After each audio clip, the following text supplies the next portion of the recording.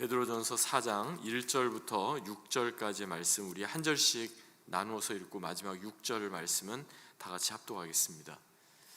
하나님의 말씀입니다. 그리스도께서 이미 육체의 고난을 받으셨으니 너희도 같은 마음으로 갑옷을 삼으라.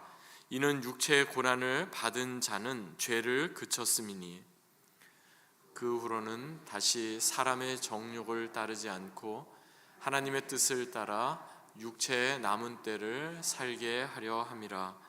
너희가 음란과 정욕과 술 취함과 방탕과 향락과 무법한 우상 숭배를 하여 이방인의 뜻을 따라 행한 것은 지나간 때로 족하도다. 이러므로 너희가 그들과 함께 그런 극한 방탕에 다름질하지 아니하는 것을 그들이 이상히 여겨 비방하나 그들이 산자와 죽은 자를 심판하기로 예비하신 이에게 사실대로 고하리라. 이를 위하여 죽은 자들에게도 복음이 전파되었으니 이는 육체로는 사람으로 심판을 받으나 영으로는 하나님을 따라 살게 하려 함이라. 아멘. 하나님 말씀입니다. 본문을 중심으로 지나간 때로 족하도다, 지나간 때로 족하도다 라는 제목으로 하나님 말씀 함께 나누겠습니다. 우리가 신앙생활하면서 매우 중요하게 생각해야 하는 것이 있습니다. 바로 때입니다. 때. 지금 이 때가 무엇을 해야 하는 때인지, 지금 이 때가 깨어 있어야 할 때인지, 아니면 지금 이 때가 기도해야 할 때인지 때를 잘 분별하는 것이 매우 중요합니다. 그래서 성경은 때에 대해서 굉장히 많이 이렇게 말씀을 하고 있죠. 성경이 자주 전해주는 그 중요한 주제 중에 하나가 바로 때, 시기, 특별히 마지막 때에 관한 그런 말씀을 자주 언급하고 있습니다. 오늘 본문인 베드로전서 말씀을 보더라도 시간에 대해서, 때에 대해서 이렇게 여러 번 언급하고 있습니다. 가령 예를 들어서 베드로전서 1장 5절에 보니까 너희는 말세에 나타내기로 예비하신 구원을 얻기 위하여 믿음으로 말미암아 하나님의 능력으로 보호하심을 받았느니라. 마지막 때 말세에 대해서 사도 베드로가 말씀하죠. 그리고 1장 17절을 보니까 너희가 나그네로 있을 때를 두려움으로 지내라. 우리가 이 세상을 살아가는 이 때가 나그네로 지내는 때래요. 그렇게 지금 말씀하고 있어요. 또 오늘 본문 2절과 3절 보니까 그 후로는 다시 사람의 정욕을 따르지 않고 하나님의 뜻을 따라 육체의 남은 때를 살게 하려 함이라 이렇게 말씀하고요. 또 너희가 음란과 정욕과 술 취함과 방탕과 향락과 무법한 우상 숭배를 하여 이방인의 뜻을 따라 행한 것은 지나간 때로 족하도다 이렇게 말씀하고 있어요. 베드로 전서만 보더라도 말세, 나그네로 있을 때, 육체에 남은 때, 지나간 때에 이르기까지 계속해서 어떤 시간, 때에 대해서 분명히 말씀하고 있어요. 그러니까 때를 잘 분별하고 지금이 어떤 때이고 지금이 내가 무엇을 해야 하는 때인지를 분명히 아는 것은 우리의 신앙에 있어서 매우 중요한 내용입니다. 흔히들 말세 그리고 종말 이런 말을 하죠. 여러분 무엇이 말세입니까? 노스트라다무스가 지구의 종말 예언한 그게 말세인가요? 무엇이 말세입니까? 사실은 마지막 때 말세는요 두 가지 현상이 같이 일어납니다. 믿음이 없는 자들에게 있어서는 큰 두려움으로 다가올 거예요. 왜냐하면 그 말세는 하나님의 심판이 있는 때이기 때문에 그래요. 그런데 믿음이 있는 우리 그리스도인들에게 있어서 마지막 때 말세는 뭐예요? 영광스러운 때예요. 그 구원이 드디어 완성되는 때예요. 종말을 이야기할 때 두 가지로 이야기하죠. 개인적 종말과 우주적 종말. 우리는 다 종말을 맞이하게 될 거예요. 종말. 개인적 종말은 우리가 아는 것처럼 죽음입니다. 내가 이 땅에서의 삶을, 육신의 삶을 마감하고 하나님 앞에 서는 그때, 그게 이제 개인적 종말이죠. 우주적 종말은 뭘까요? 우주적 종말은 한 개인뿐만이 아니라 온 세상이 한꺼번에 경험하게 되는 마지막을 의미합니다. 예수님께서 다시 재림하시는 때예요. 우리는 어떠한 종말을 먼저 맞이하게 될지 몰라요. 이 땅에서 우리의 생을 마감하고 주님 앞에 서는 개인적 종말을 먼저 맞이하게 될지, 아니면은 우리가 이 땅을 살아가는 동안 정말 예수님께서 다시 재림하셔서 온 세상 모든 천하 만물이 다 예수님 앞에서 무릎을 꿇게 되는 우주적 종말을 맞이하게 될지 우리는 그때를 알지는 못해요. 하지만 분명한 것은 마지막 그 종말의 때는 분명히 있다 하는 거예요. 그 마지막 종말의 때를 분명히 인식하고 사는 사람과 그렇지 않고 사는 사람은 큰 차이가 있습니다. 여러분, 지금 주님 앞에 서시기까지 이제 얼마 시간이 남으셨다고 생각하십니까? 많이 남았죠. 몇십 년은 남았을 것 같아요. 이렇게 생각하는 분은 준비를 할 수가 없습니다. 그런데 당장 오늘 밤이라도, 당장 내일이라도 주님께서 나의 영혼을 부르신다, 그럼 내가 주님 앞에 서야 된다, 이런 마음으로 사는 분들은요, 매일매일의 시간을 결코 허투루 살아갈 수가 없습니다. 내게 지금 허락된 시간이 그렇게 많지 않다 생각하는 분들은 그 시간을 하나님 앞에서 기억되는 시간으로 채워가려고 노력하는 겁니다. 내게 허락된 시간이 그렇게 많지 않은데 그 많지 않은 시간에 누구를 질투하고 원망하고 미워하고 비난하고 그리고 그러면서 살아갈 수 있습니까? 흔히들 말하는 것처럼 사랑하며 살기에도 부족한 시간인데 누구 미워하면서 그러면서 살아가는 건 불가능한 겁니다. 그런데 아직까지도 내 말, 내 행동, 내 삶이 정말 아직까지 예수님의 그러한 거룩한 성품을 닮아가는 것이랑 너무나 거리가 멀다면요, 아마도 나는 주님 앞에 설 날이 얼마 많지 않았어 라고 생각하는 게 아니라 언젠간인지 모르겠지만 아직도 시간이 한참 많이 남았어, 이렇게 생각하기 때문에 그런 게 아닐까 생각이 됩니다. 이 땅에 남은 시간을 살아가는 자들에게 사도 베드로가 오늘 우리에게 말씀하는 것이 있어요. 2절 말씀 보실까요? 오늘 본문 2절 같이 한번 읽어보겠습니다. 시작. 그후로는 다시 사람의 정욕을 따르지 않고 하나님의 뜻을 따라 육체의 남은 때를 살게 하려 함이라. 아멘. 육체의 남은 때를 어떻게 살아가래요? 내가 원하는 대로 살지 말래요. 정욕대로 따르며 살아가지 말래요. 하나님의 뜻을 따라서 우리 육체의 남은 때를 살아가라, 이렇게 말씀하고 있어요. 여러분, 그렇습니다. 우리에게 허락하신 이 땅에서의 삶이 우리는 얼마가 될지 모르지만 우리 육체의 남은 때를 하나님께서 원하시는 하나님의 뜻을 따라 살아가는, 그것이 바로 하나님 앞에 떳떳할 수 있는 겁니다. 그렇다면 우리가 어떻게 육체의 남은 때를 하나님의 뜻을 따라 잘 살아갈 수 있을까요? 오늘 본문에 몇 가지 그 내용을 전해주고 있는데, 먼저 본문이 시작되는 1절에 보니까 그리스도께서 이미 육체의 고난을 받으셨으니 너희도 같은 마음으로 갑옷을 삼으라, 이렇게 말씀했어요. 예수님께서 십자가에 달려 돌아가심으로 인해서, 십자가에 달려 대속의 죽음을 죽어 주심으로 인해서 우리의 모든 죄의 문제와 우리의 모든 이 땅에서의 문제가 다 해결을 받았죠. 근데 예수님께서 나의 죄를 다 용서하셨으니까 이제는 괜찮다, 나는 자유하다, 이제는 내 마음대로 살겠다, 그것은 예수님의 구속의 은혜를 잘 모르는 사람들이에요. 여기 보니까 특별히 갑옷을 삼으라, 이렇게 말씀하죠. 오늘날은 갑옷 입고 전쟁 나가는 군인들 없지만 2000년 전만 해도 로마 군인들은 갑옷을 입고서 전쟁에 나갔어요. 아무리 좋은 공격 무기가 있더라도 제대로 방어하지 못하면 그 군인은 전쟁에서 제대로 싸움을 할 수가 없는 거죠. 갑옷을 삼으라는 건 뭐냐면은 언제 나에게 날라올지 모르는 화살, 언제 나에게 다가올지 모르는 적의 그 칼과 창을 잘 방어하라는 겁니다. 공격보다 중요한 것이 어떻게 보면 방어인 거죠. 죄에 대해서 우리가 항상 이러한 태도를 가지라는 겁니다. 죄에 대해서 분명한 태도를 가지라는 겁니다. 나도 모르는 사이에 어느 순간 독화살이 나에게 날라와서 내 심장을 이렇게 딱 찌르게 되면 그 순간 그냥 무너져 버리는 거예요. 어느 순간 사단이 우는 사자와도 같이 우리 가운데 계속해서 이렇게 달려들고 그럴 때 그걸 늘 마음에 염두에 두고 항상 그것을 잘 막아낼 수 있도록 하라는 겁니다. 여러분 영화 좋아하십니까? 영화를 안 보시는군요. 온전히 기도와 말씀으로만. 저도 요즘에 영화는 별로 영화관에 가서 본 적이 별로 없는 것 같아요. 몇 년 된 것 같습니다. 코로나 이후에는 더더군다나 영화관 갈 일이 더 어려워졌는데요.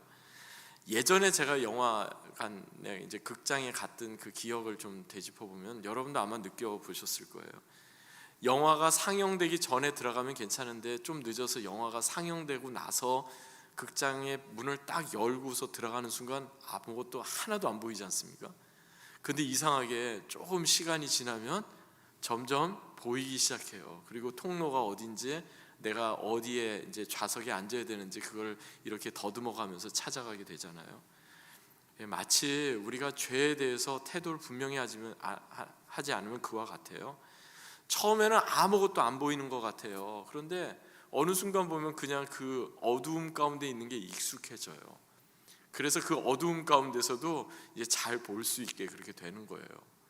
죄가 그래요. 어느 순간 작은 거지만 우리에게 그냥 들어오는 거 타협하고 용납하고 이 정도는 괜찮아, 모든 사람들이 이 정도는 다 그러면서 사는 거야, 그렇게 하다 보면요, 영화관 안에서 처음에는 캄캄해서 아무것도 안 보이다가 어느 순간부터는 여기도 살만하구나, 이것도 보이는구나, 그러면서 거기에 익숙하게 되는 거예요. 어두움에 익숙해지고 죄에 익숙해지는 것은 그렇게 오랜 시간이 걸리지 않습니다. 그래서 히브리서 12장 4절에 보니까 죄와 싸우되 아직 피 흘리기까지 대항하지 아니하였다, 이렇게 말씀하는 거예요. 우리는 죄에 대해서 태도를 분명히 해야 됩니다. 그러므로 예수님께서 우리에게 허락하신 그 놀라운 구속의 은혜, 그 놀라운 십자가의 은혜를 결코 허투루 낭비하지 않도록 주님의 마음으로 갑옷을 삼으십시다. 예수님을 우리가 따르는 믿음의 삶을 살기 위해서 죄에 대해서 날마다 분명한 태도를 가지고 자기를 부인하고 자기 십자가를 따라가는 저와 여러분 모두가 되시기를 주의 이름으로 간절히 축원합니다.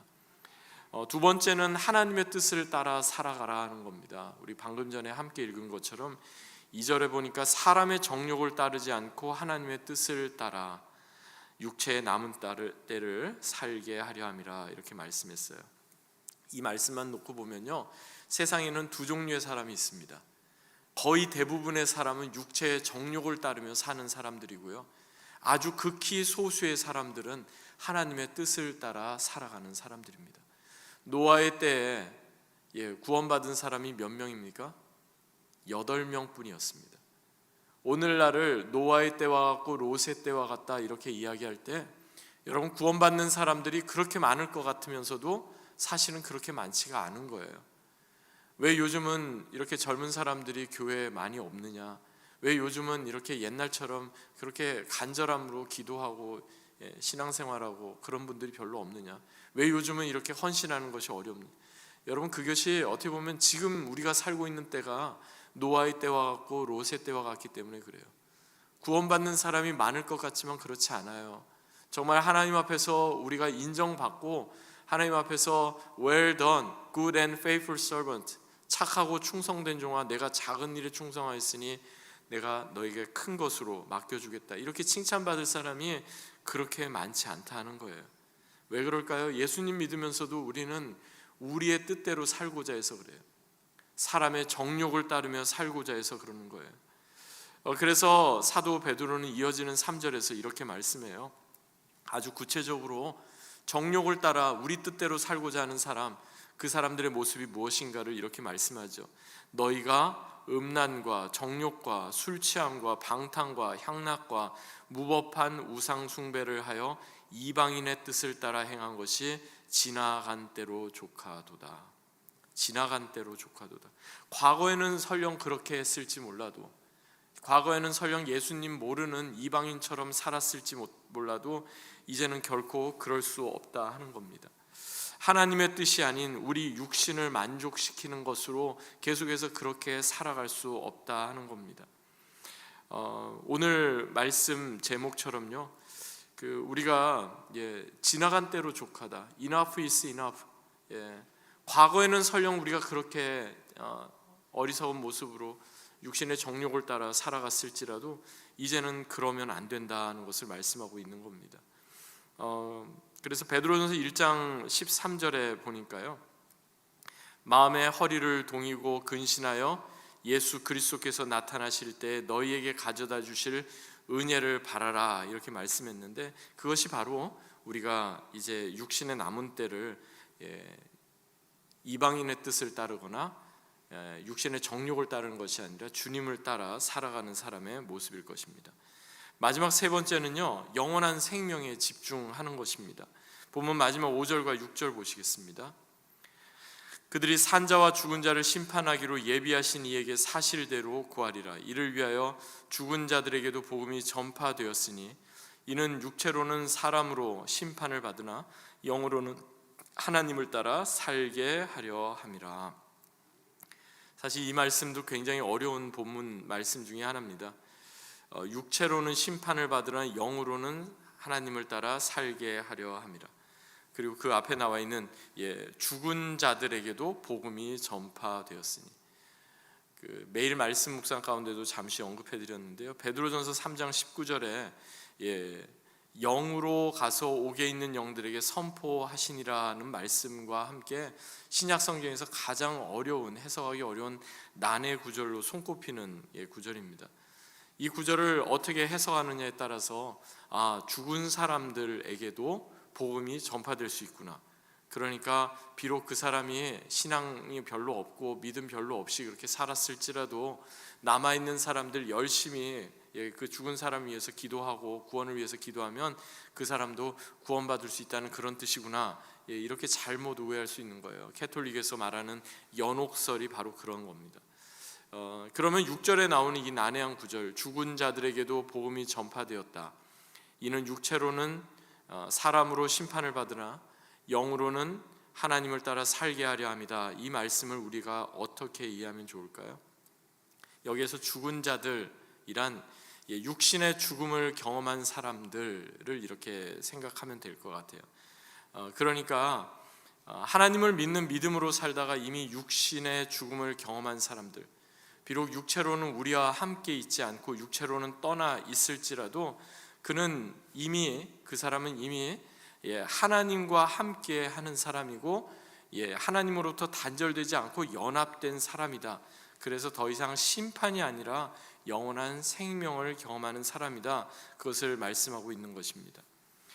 예수님께서도 육체로는 죽임을 당하셨죠. 그렇지만 예수님은 죽음으로 끝난 것이 아니라 죽음 이후에 영원한 생명이 있다는 것을 우리에게 보여주신 부활의 첫 열매가 되어주셨죠. 사실 죽음이라는 그 말은요, 신학적으로 보면 단절이란 뜻이에요. 단절. 그런데 그냥 단절이 아니라 영원한 단절, 그게 죽음입니다. 그 신학적 의미로 볼 때 죄 이야기하면 죄는 단절이거든요.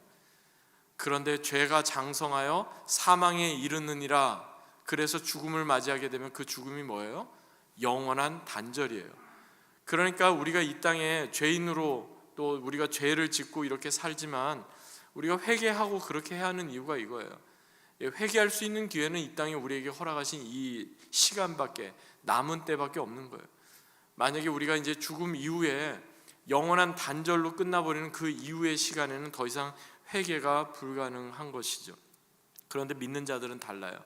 죽음 이후에 하나님으로부터 영원히 단절되는 것이 아니라 하나님과 영원히 함께하는 연합한 자로 생명을 누리게 되는 것입니다. 그래서 이것이 바로 복음입니다. 영원한 죽음으로 끝날 수밖에 없었던 우리, 영원히 생명의 근원 되신 하나님으로부터 완전히 단절될 수밖에 없었던 우리를 예수 그리스도께서 십자가를 통해 다시금 하나님과 연결된 자로, 연합한 자로 삼아 주셨습니다. 이 놀라운 은혜를 받은 자들이기에 이 땅에서부터 우리는 하나님의 나라를 살아가는 겁니다. 이 땅은 그냥 지옥처럼 살다가 죽어서나 천국 가는 것이 아닙니다. 이 땅에서부터 주님과 동행하고 이 땅에서부터 천국 백성으로 살다가 영원한 하나님의 나라에서 영원히 주님과 함께 하는 것입니다. 말씀을 맺겠습니다. 페어 철치라는 책이 몇 년 전에 이렇게 출간이 됐어요. 한국의 이도영 목사님이 이제 쓰신 책인데 그 책에 이런 내용이 나옵니다. 제가 잠시 인용하겠습니다.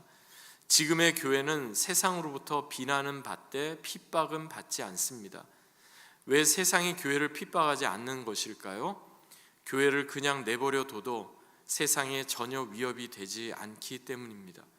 초대교회와 성도들은 천하를 어지럽게 하는 이들이다, 세상을 소란케 하는 이들이다 라는 별명을 얻었는데 지금의 교회는 소란은커녕 그 어떤 선한 영향력도 발휘하지 못하고 있습니다.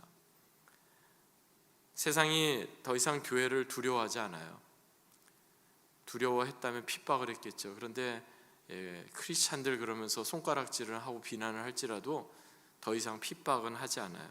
왜냐하면 가만히 내버려둬도 전혀 세상에 선한 영향력을 주지 못하는 그런 안타까운 때가 되었기 때문에 그런 거죠. 여러분, 교회는 건물이 아닙니다. 우리 한 사람 한 사람이 바로 교회입니다. 하나님의 자녀로 부름받은 우리가 바로 그리스도의 몸된 교회입니다.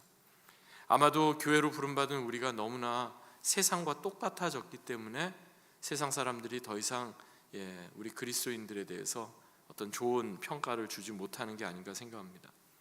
말씀드린 것처럼 enough is enough, 지나간 때로 족합니다.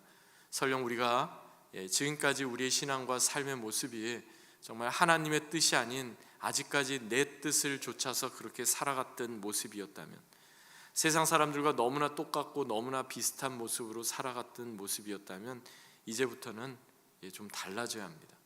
지나간 때로 족합니다.